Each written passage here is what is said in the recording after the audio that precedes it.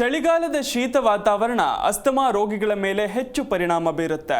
ಹೀಗಾಗಿ ಈ ಋತುವಿನಲ್ಲಿ ಅಸ್ತಮಾ ಪೀಡಿತರು ಕೆಲವು ಯೋಗಾಸನಗಳನ್ನು ಮಾಡೋದ್ರಿಂದ ಪರಿಹಾರ ಕಂಡುಕೊಳ್ಳಬಹುದು.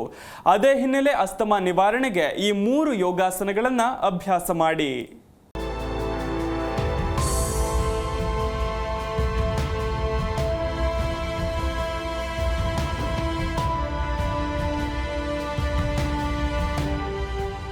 ಇತ್ತೀಚೆಗೆ ಉಸಿರಾಟದ ಸಮಸ್ಯೆಗಳು ಹೆಚ್ಚಾಗ್ತಾ ಇವೆ. ಚಳಿಗಾಲದ ಶೀತ ವಾತಾವರಣದಲ್ಲಿ ಈ ಸಮಸ್ಯೆ ಮತ್ತಷ್ಟು ಹೆಚ್ಚಾಗುತ್ತೆ. ಹೆಚ್ಚು ಚಳಿಯು ಅಸ್ತಮಾ ರೋಗಿಗಳ ಮೇಲೂ ಪರಿಣಾಮ ಬೀರುತ್ತೆ. ಮಾಲಿನ್ಯ, ಮಾನಸಿಕ ಒತ್ತಡ ಮತ್ತು ಫೋಬಿಯಾಗಳು ಅಸ್ತಮಾಗೆ ಮುಖ್ಯ ಕಾರಣಗಳಾಗಿವೆ. ಕೆಲವರಿಗೆ ವಂಶ ಪಾರಂಪರ್ಯವಾಗಿಯೂ ಬರುತ್ತೆ. ಅಸ್ತಮಾ ಶ್ವಾಸಕೋಶಕ್ಕೆ ಸಮಸ್ಯೆಯಾಗಿ ಉಸಿರಾಟಕ್ಕೆ ತೊಂದರೆಯಾಗುತ್ತೆ. ಅಸ್ತಮಾ ಪೀಡಿತರು ಕೆಲವು ರೀತಿಯ ಯೋಗಾಸನಗಳನ್ನ ಮಾಡಬಹುದು. ಇವು ಅಸ್ತಮಾಗೆ ಪರಿಹಾರ ನೀಡುತ್ತವೆ. ಈ ಆಸನಗಳು ಉಸಿರಾಟದ ತೊಂದರೆಗಳನ್ನ ಕಡಿಮೆ ಮಾಡಲು ಸಹಾಯ ಮಾಡುತ್ತದೆ.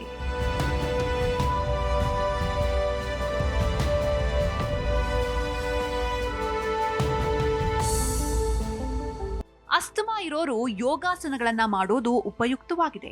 ಶ್ವಾಸಕೋಶಕ್ಕೆ ಆಮ್ಲಜನಕದ ಉತ್ತಮ ಹರಿವು ಮತ್ತು ತ್ಯಾಜ್ಯ ಅನಿಲಗಳನ್ನ ಸುಲಭವಾಗಿ ತೆಗೆಯಲು ಅವು ಕೊಡುಗೆ ನೀಡುತ್ತೆ.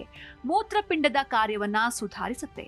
ಅಸ್ತಮಾ ಇರೋರು ಮಾಡಬೇಕಾದ 3 ಯೋಗಾಸನಗಳು ಯಾವುವು ಎಂಬುದನ್ನ ತೋರಿಸ್ತೀವಿ ನೋಡಿ.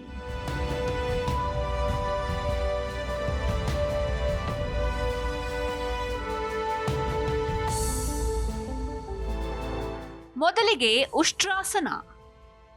ಮೊದಲು ನಿಮ್ಮ ಮೊಣಕಾಲುಗಳ ಮೇಲೆ ಕುಳಿತುಕೊಳ್ಳಿ. ಉಸಿರು ತೆಗೆದುಕೊಳ್ಳುತ್ತಾ ನಿಮ್ಮ ಕೈಗಳನ್ನ ಮೇಲಕ್ಕೆತ್ತಿ. ನಂತರ ಸೊಂಟವನ್ನ ಹಿಂದಕ್ಕೆ ಬಗ್ಗಿಸಿ. ಅಂಗೈಗಳಿಂದ ಅಡಿಭಾಗವನ್ನ ಹಿಡಿದುಕೊಳ್ಳಿ. ಆ ಭಂಗಿಯನ್ನ ತಲುಪಿದ ನಂತರ ಉಸಿರಾಡಿ. ಕೆಲವು ಸೆಕೆಂಡುಗಳ ಕಾಲ ಆ ಭಂಗಿಯಲ್ಲೇ ಇರಿ. ಈ ಆಸನವನ್ನ ಒಂಟೆ ಆಸನ ಎಂತಲೂ ಕರೀತಾರೆ.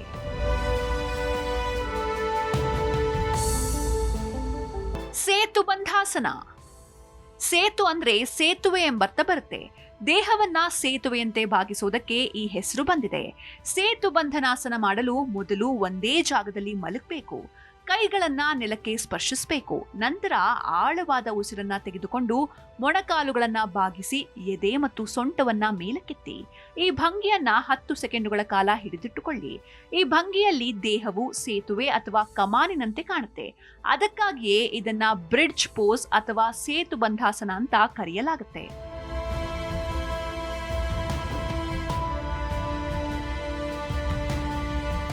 ಭುಜಂಗಾಸನ. ಈ ಆಸನವನ್ನ ಮಾಡುವ ಮೊದಲು ವ್ಯಕ್ತಿಯು ಒಂದೇ ಸ್ಥಳದಲ್ಲಿ ನೆಲದ ಮೇಲೆ ನೇರವಾಗಿ ಮಲಗಬೇಕು. ನಂತರ ಮೊಣಕೈಗಳನ್ನ ಬಗ್ಗಿಸಿ ಮತ್ತು ಅಂಗೈಗಳನ್ನ ಎದೆಗೆ ತನ್ನಿ.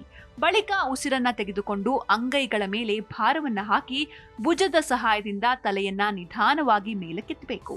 ಈ ಸ್ಥಿತಿಯಲ್ಲಿ ಎದೆಯ ಭಾಗವು ಸಂಪೂರ್ಣವಾಗಿ ಮೇಲಕ್ಕೆ ಇರಬೇಕು. 1-2 ಬಾರಿ ಉಸಿರಾಡಿದ ನಂತರ ನಿಧಾನವಾಗಿ ಮೊದಲಿನ ಸ್ಥಿತಿಗೆ ಬನ್ನಿ. ಇದನ್ನ ನಾಗರ ಭಂಗಿ ಅಂತಾರೆ.